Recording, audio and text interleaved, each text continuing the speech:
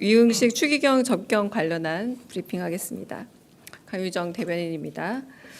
이재명 대통령은 오늘 오후 2시 대통령실을 찾은 유흥식 교황청 성직자부 장관을 접견했습니다. 이 대통령은 대한민국의 민주주의 회복과 인권 및 평화 문제에 교황청이 큰 영향을 미쳤다 말했고, 유흥식 교황청 성직자부 장관은 대한민국이 개업 이후 보여준 민주주의 회복력에 교황청의 많은 구성원들이 관심을 기울였다 대답했습니다. 이어 2027년 한국에서 열릴 가톨릭 세계 청년 대회가 세계 청년들 사이에 한반도 평화에 대한 공감대를 형성할 것이라면서 K-컬처 등 한국 문화에 대한 호감이 큰 역할을 할 것으로 기대한다고 말했습니다. 비공개 회담에서 이재명 대통령은 유흥식 교황청 성직자부 장관의 말씀을 경청했습니다. 유흥식 추기경은 프란치스코 교황이 생전에 불법 계엄 발생에 매우 놀라워했다는 소식과 함께 추운 겨울 거리에 나와 민주주의를 수호하고 무료 나눔으로 서로를 돌보는 한국인들의 모습에 감동했다고 전했습니다. 또한 새로 교황이 되신 레오 14세에게 한반도의 평화 문제에 대해 성심성의껏 전했고, 이에 대해 깊은 공감을 느낄 수 있었다고 말했습니다. 이에 이재명 대통령은 남북관계 개선과 한반도 긴장 완화에 신임 레오 14세 교황이 중요한 역할을 할 수 있을 것으로 기대한다 전했습니다.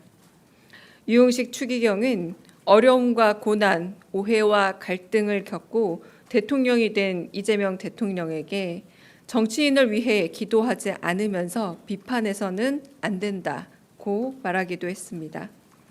또한 유 추기경은 이 대통령이 분명한 메시지를 선호한다고 해 미리 준비했다면서 4가지 주제가 담긴 A4 3장짜리 문서를 전달해 자리에 함께한 이들이 웃음을 나누기도 했습니다. 이상입니다. 네, 질문 받겠습니다. 네. 네, 안녕하세요. 한국일보 우태경입니다. 일단은 유흥식 추기경께서 전달하신 A4 3장짜리 문서에 어떤 내용들이 있는지 간략하게라도 조금 소개를 부탁드리고 싶고요. 또 유흥식 추기경께서 그 교황청 방문 그리고 교황 면담을 이제 대통령께 조금 건의드린 걸로 아는데, 이와 관련해서는 좀 앞으로 추진이 어떻게 될 것 같은지 말씀 좀 부탁드리겠습니다. 네, 제가 정확히 기억은 안 납니다만 지금 브리핑에서 말씀드렸던 그 레오 14세에 대한 뭐 소개도 있고, 그리고 그 가톨릭 대회에 대한 설명도 있고, 거의 제가 다 말씀드린 내용이라고 보시면 될 것 같습니다. 그런데 이제 이재명 대통령께서 이렇게 선명한 메시지 전달을 선호하신다라는 말씀에 말씀할 내용을 이렇게 미리 A4 용지에 담아왔다라는 말라고 보시면 될 것 같고요.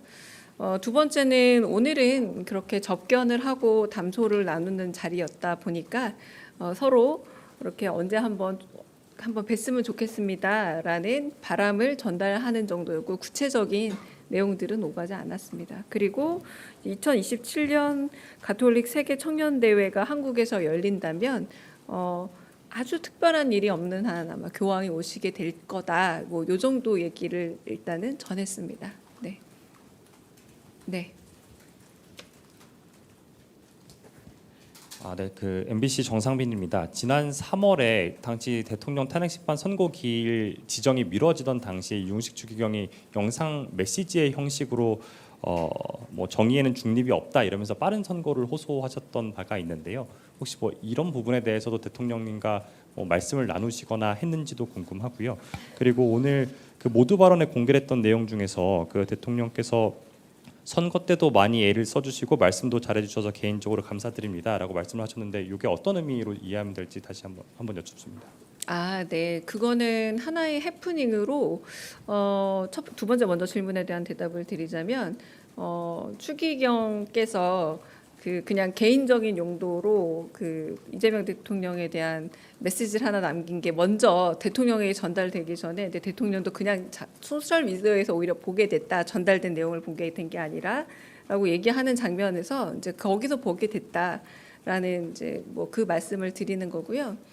그리고 제가 지금 정확하게 그 더블 쿼트라고 하기보다 결국은 그 중립이 오히려 더 위험할 수 있다라는 요지의 말씀을 했습니다. 그러면서 이제 정치인을 위해 기도하지 않으면 비판해서 안 된다라는 말과 함께 정치는 행정력과 행위력을 가지기 때문에 우리가 느끼는 삶의 진짜 어려움을 해결하는 것이라 매우 중요한 영역이다. 그래서 정치라는 것에 대해서 굉장히 이 하느님의 일단 그 추기경의 말씀에 하느님의 판단과 사랑과 나눔에 대해서 그 드릴 수 있는 기도를 드려서 정치인들이 그렇게 행할 수 있게 하는 게 성직자의 의무다. 그래서 아까 말씀드린 정치인을 위해 기도하지 않으면서 비판해서 안 된다라는 말과 함께 아까 질문하신 것처럼 중립이라는 것이 양비로는 옳지 않다라는 표현을 썼습니다. 청직자라고 하더라도 종교계도 양비로는 옳지 않다라는 표현을 썼습니다. 이 부분이 그 추기경께서 하신 말씀입니다. 네, 양비로는 옳지 않다. 네. 네. 네, 안녕하십니까. SBS 비즈 우영준입니다. 그 오전 브리핑 때 말씀하시긴 하셨는데 그 미국과 관세 협상 데드라인이 내일까지여서 혹시 대통령실에서 현재 시점으로 파악하고 계시는 좀 진전된 상황들이 있는지 또 어떻게 대응할 예정이신지 여쭙습니다. 네. 지금 위성락 안보실장께서 가서 관세 및 뭐 정상회담 관련된 논의들을 할 것이라 예상은 되지만 그 결과에 대해서는 돌아오시고 안보실장께서 직접 브리핑을 하게 될 듯합니다. 중간중간에 보고 내용이 어떤 식으로 되고 있는지도 좀 확인하기는 어렵고요. 아마 결론적인 브리핑은 마지막에 이루어질 것으로 보입니다. 다른 질문 있으실까요? 네.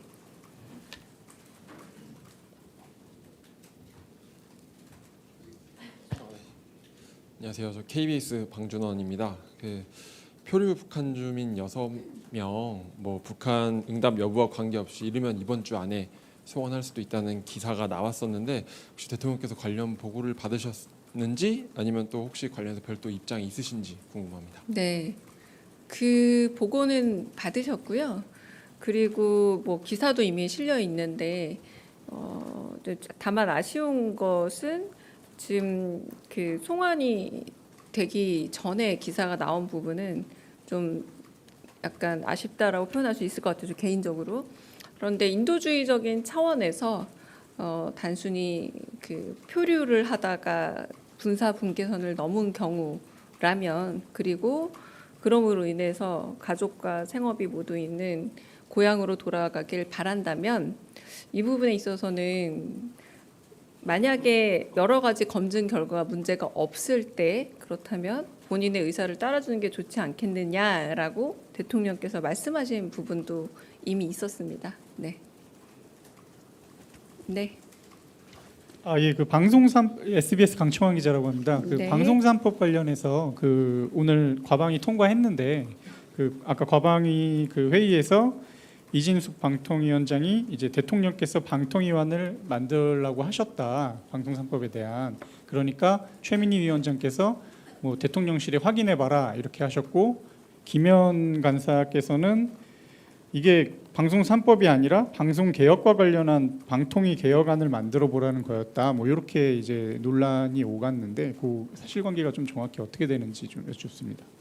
네, 모든 발신 메시지는 수신자의 오해도 가능할 수 있다는 생각이 일단은 제 개인적으로 좀 들고요. 일단은 아침에 제가 브리핑했던 것처럼 방송 3법에 관해서는 더 많은 방송을 사용하고 있는 국민들, 방송의 소비층이라고 할 수 있을 국민들이 공감할 수 있는 방송에 대한 방송통신위원회에 대한 존립 근거가 필요하고 한편으로 그런 거버넌스가 마련되어야 된다라는 건 대통령의 평소 생각이십니다. 이 평소 생각을 저희는 하지만 입법기관이 아닙니다. 그러므로 인해서 입법과 행정이 분리되어 있는 3법 분리 과정에서 당연히 입법권을 존중하고 국회와 소통하기도 하고 하지만 국회 법안에 대해서 저희가 개별적인 뭐 의견을 내는 것은 꼭 적합하진 않다라고 생각을 하는데요. 제가 기억하기로는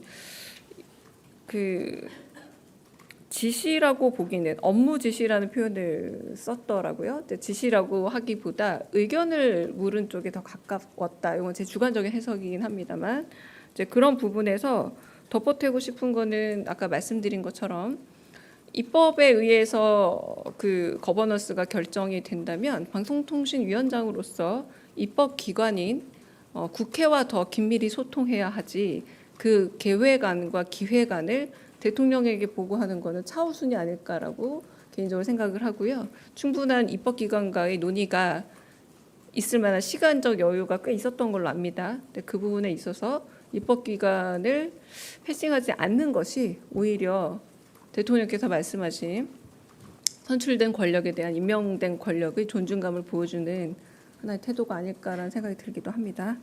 개인적인 의견입니다, 모두. 네. 네. 네, 가톨릭 평화신문 평화방송 윤재선 기자입니다.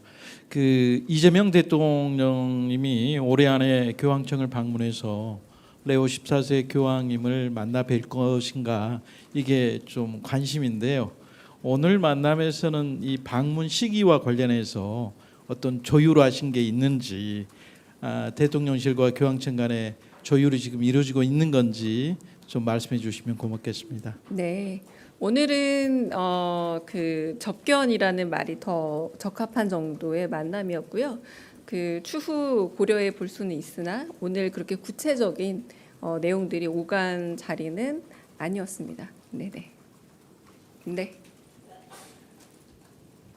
저 TV조선 최민식입니다. 번지수가 사실 조금 잘못된 것 같긴 한데 조금 전 브리핑에서 대통령께서 인천 계양 맨홀 사고 네. 관련해서 특단의 네. 조치 그러면 요 관련해서 노동부 2차관 신설도 이제 어느 정도 기정사실화된 거라고 볼 수도 있는 건가요? 글쎄요. 그 부분에 대해서는 제가 전혀 아직 파악된 바가 없기 때문에 조금 파악한 이후에 답을 드리겠습니다. 다른 질문 없으시면? 네. 네, 오마이뉴스 김경련 기자인데요. 대통령께서 오늘 천주교의 지도자분을 추기경을 만나셨는데요. 다른 그 종교 지도자분들도 만날 계획이 혹시 있으신지 여쭙고 싶습니다. 네. 계획이 있는 걸로 알고 있고요. 그 엠바고 관련상 문제가 없다면 아마 엠바고를 걸고 아마 공지는 이루어질 것으로 알고 있습니다. 네. 네, 마지막 질문 받겠습니다. 네. 한국경제신문 김형규 기자입니다. 계양구 맨홀 사고 관련해서 SPC 사례도 언급을 하시면서 특단의 조치 말씀을 하셨는데요. 그렇다면 이제 과거에는 어떤 시점부터 이 산업재해에 대해서 좀 더 보시는 건지 혹시 좀 뭐 특정하고 계신 시기가 있는 건지 좀 궁금합니다. 과거 사회 이거는 사실은 예방적 조치에 대한 강조라고 보시면 되겠습니다. 그러니까 예방적 조치에 대해서 가장 강한 사회적인 발언의 수위는 결코 이런 일이 재발했을 때 대해서는 재발에 대해서 엄격한 일종의 징벌이 있다. 하지만 잘 예방했을 때에서는 그 부분에 대한 또 상도 있을 것이다라는 끊임없는 대통령의 메시지가 있다라는 거죠. 그런데 여름철이 되면서 여러 안전 사고들이 발생하고 있는 흐름 속에서 다시 한번 좀 경각심을 좀 강조하고 이런 부분에 대해서 안타까운 사고가 없기를 바라는 마음에 좀 강한 경고가 나왔다고 보시면 될 듯합니다. 그럼 여기서 브리핑 마치겠습니다.